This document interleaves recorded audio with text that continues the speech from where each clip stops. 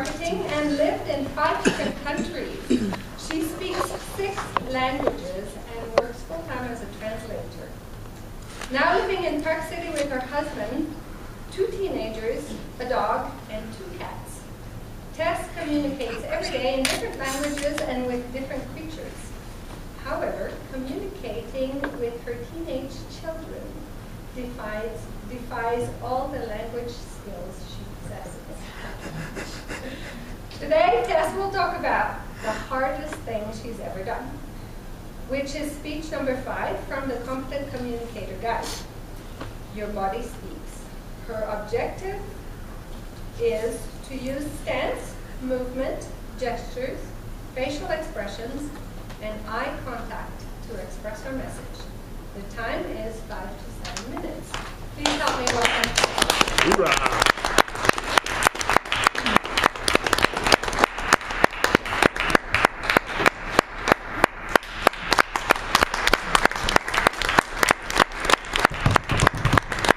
Thank you.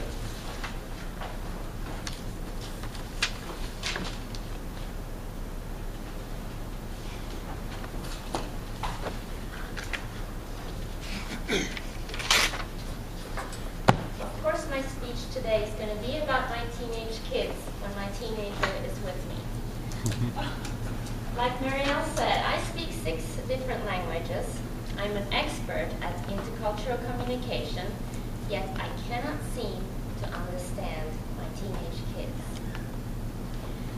It's like they speak another language, and not only coming from another culture, but from another planet.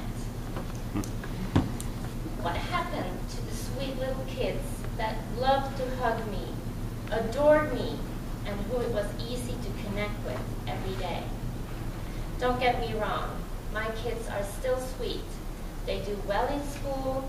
They don't even drink or do drugs. It's just that I can't understand them. Take the word no, for example. A few years ago, when I said no, it meant no. End of story.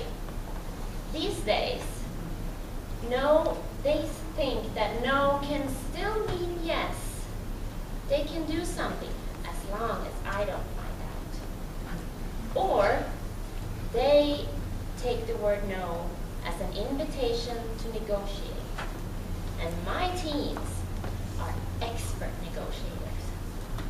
Perhaps it's their youthful stamina, but I often find myself giving in because I'm just plain exhausted from negotiating. Another word is yes. I ask, did you turn in the homework today? Yes, Mom. A week later, I checked the grades, and the homework hadn't been turned in. Or, did you clean your room today? Yes, Mom.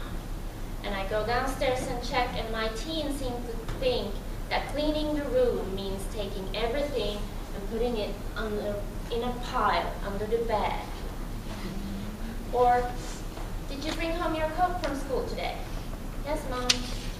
Okay, put it on and let's go.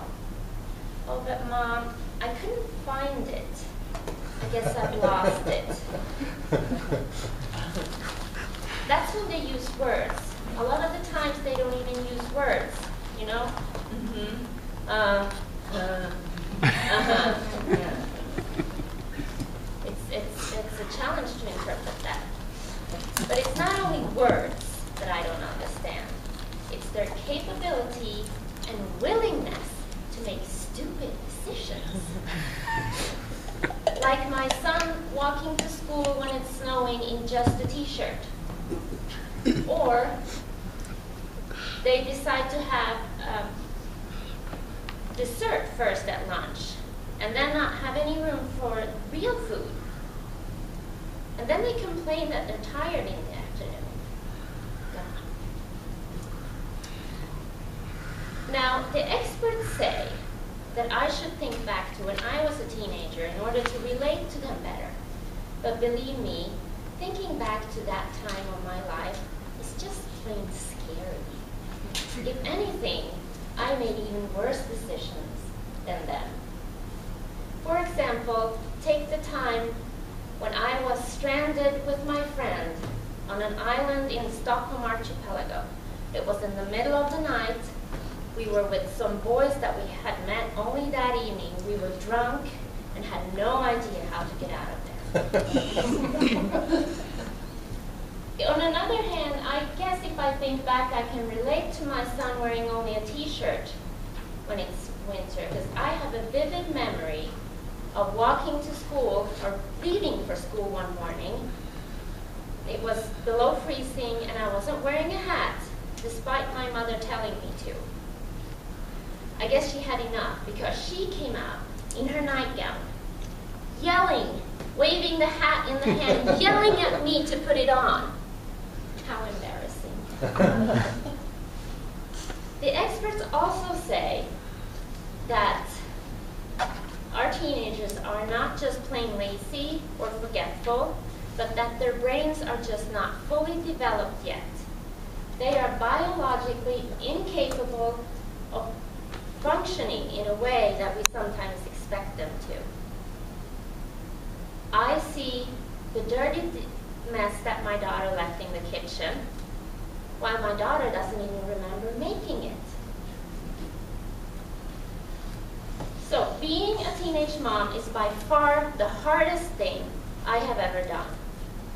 Giving birth to them, that was a breeze in comparison. So was getting a master's degree or moving to the United States. I guess many of you can relate, because there's been so much written about this and talked about it, but nothing could prepare me for what I'm going through. I guess all I can do is take deep breaths and work hard every day to try to relate, support, and love my teenage kids the best I can, and try to find those golden nuggets every day where we can connect.